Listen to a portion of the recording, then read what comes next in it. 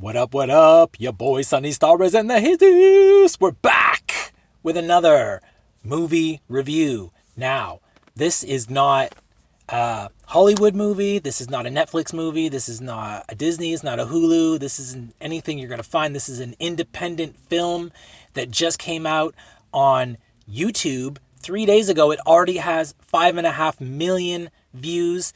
The internet is freaking out about this.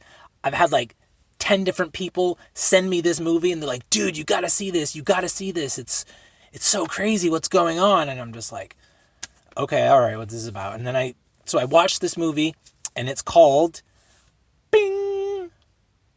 But it's just like, it was really well done. And it started out really cool with this stuntman who kind of like woke up to what's going on in Hollywood.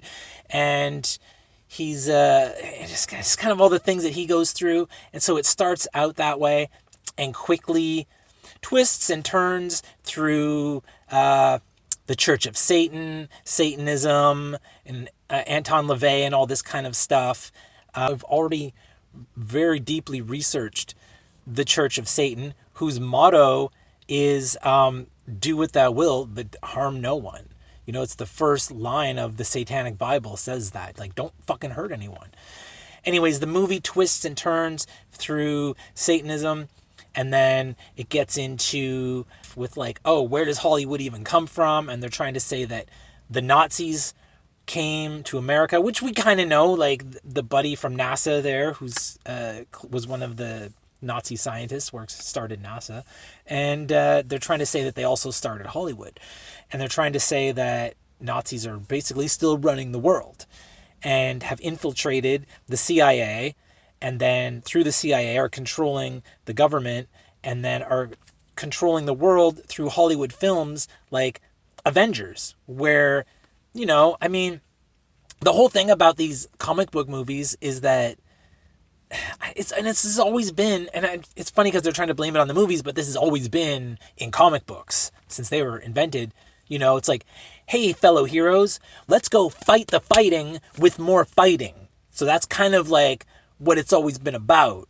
But now that it's on the big screen and they're making billions of dollars off of it, it's kind of a more crazy, there's more layers to it. And the more you look at these movies, you can kind of see how like the military industrial complex has their fingers deeply rooted through all this violence and war, and they're glorifying war and doing this for your country and everything like that. So it's all kind of like woven in together.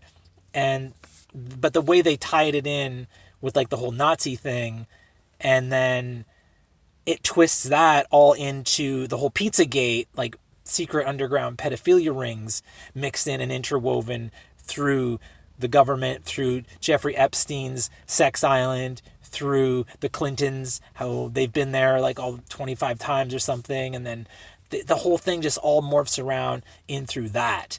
And that's kind of like at the end where they leave you, it just ends on kind of like the whole Pizzagate thing and then Epstein killing himself.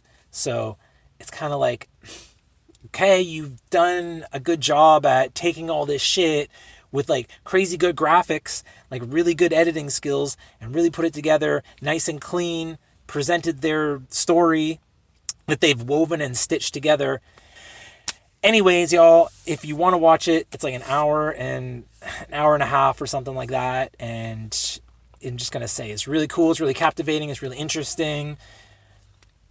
It's a story that's been stitched together, and that's about it. If